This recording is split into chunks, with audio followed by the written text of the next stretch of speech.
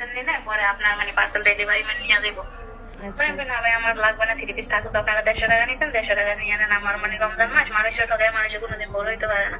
মানুষের 1 টাকা মানুষের 70 টাকা বুঝছেন, মানুষ এভাবে ঠকাইয়া না। আপনি কোথায় দিচ্ছেন? মানে ওরা কি আপনাকে টিকটকের কমেন্ট বক্সে এসে বলছে যে এখানে আসেন?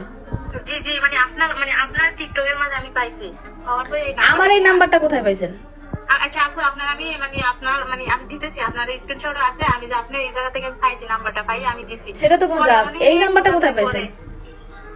জি মানে এরপরে দিছি, দেওয়ার পরে ধরেন লিনা আইছে, আপনার নামও লিনা আইছে, দেওয়ার পরে আমি ঠিক আছে মনে হয় আপুর পেজটা মানে আপনার ভিডিও যে ভালো লাগে, আমি কমপক্ষে আমি 2টা বা একটা 3 পিস আনবো।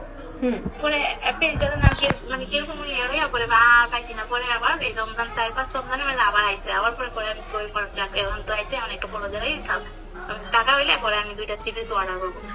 দিছি আপু এরকম হ্যাঁ, আমার টাকাটা নিয়ে আমার তো বলতেছে যে মানে আপনার ড্রেসের দাম, 3টা ড্রেস অর্ডার দিয়েছে, মানে আমার বলতেছে আগে ড্রেসের টাকা দিয়ে দেন, পরে আপনার ডেলিভারি ম্যান আপনার ড্রেস নিয়ে হাতে দিবেন। ড্রেসের দাম কত বলছে? এই ড্রেসগুলোর দাম বলছে মানে 700 কত টাকা কইছে।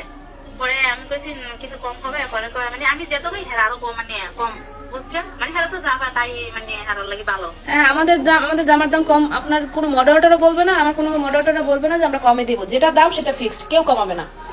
আর এই যে নাম্বারটা আপনি পাইছেন, এই নাম্বারে হচ্ছে আমাদের সব ডেলিভারি চার্জ সবকিছু এই নাম্বারে দেওয়া হয়, কারণ এখানে হলো আমার নিজের ইসে থাকে। তো সেক্ষেত্রে আপনি যে নাম্বারে দিচ্ছেন সেই নাম্বার এই নাম্বার কি সেম?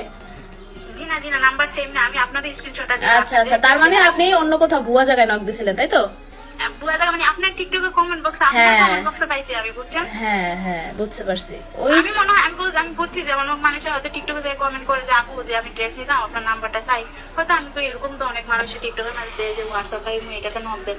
আমি তো মানে আজকে মানে অনেক কিছু, আমি 7টা 3 পিস আনছি অনলাইনে, এরপরে ধরেন 5টা বুক আনছি, এরপরে 3বার ওষুধ আনছি, কিন্তু আমি তো এরপর কোনোদিন এরকম ঠকা খাই না। পরে আমি বলছি যে ঠিক আছে ভাই, আপনারা মানুষটা এভাবে ঠকাইতেছেন প্রতিনিয়ত, কিন্তু এটার জবাব একদিন দিবেন, মানুষের দুনিয়া কয়দিন।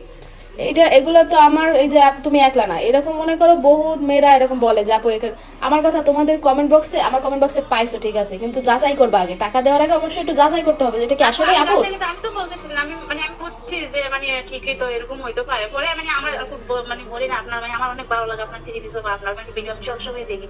পরে বলতেছি মানে তো কিভাবে মানে খাইছেন আপনার তাই মানে বাটফারের সাথে দেখা। এই যে নাম্বার আমার হলো, এই নাম্বারে সব, এই নাম্বার ছাড়া অন্য কোনো নাম্বার আমার মডারেটরও দিবে না, টিকটকে ফেসবুকে কোথাতে এই নাম্বার, যেখানে শিওর হওয়ার জন্য প্রথমে টিকটকে নাম্বার নিতে হবে, তারপরে ফেসবুকে গেলেও হয় কি এই নাম্বারই সেম এই নাম্বার। আর আমার ফেসবুক পেজ 2টা, আমরা হোয়াটসঅ্যাপে অর্ডার নেই না, এর মেন কথা। ফেসবুক পেজ হচ্ছে লিনা আক্তার আর লিনাস লাইফস্টাইল, আর হলো টিকটক। আমি কমেন্টে কতবার বলি, ফেসবুকে বলি, কারণ আমরা তো কমেন্টে রিপ্লাই তেমন দেই না, অন্যরা এসে দেয়, তোমরা সেখানে।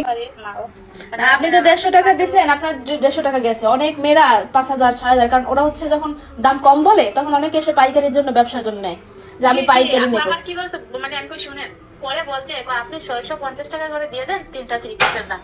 পরে আমার যখন মানে আমার ভিতরে মানে বাড়ি খাইছে যে অনেকে তো শুনি না, মানে অনলাইনে তো দেখা যায় যে অনেক মেয়েরা এরকম ধোকা খায় যে বলে যে আপু এরকম হয়েছে বা ভাই এরকম হয়েছে।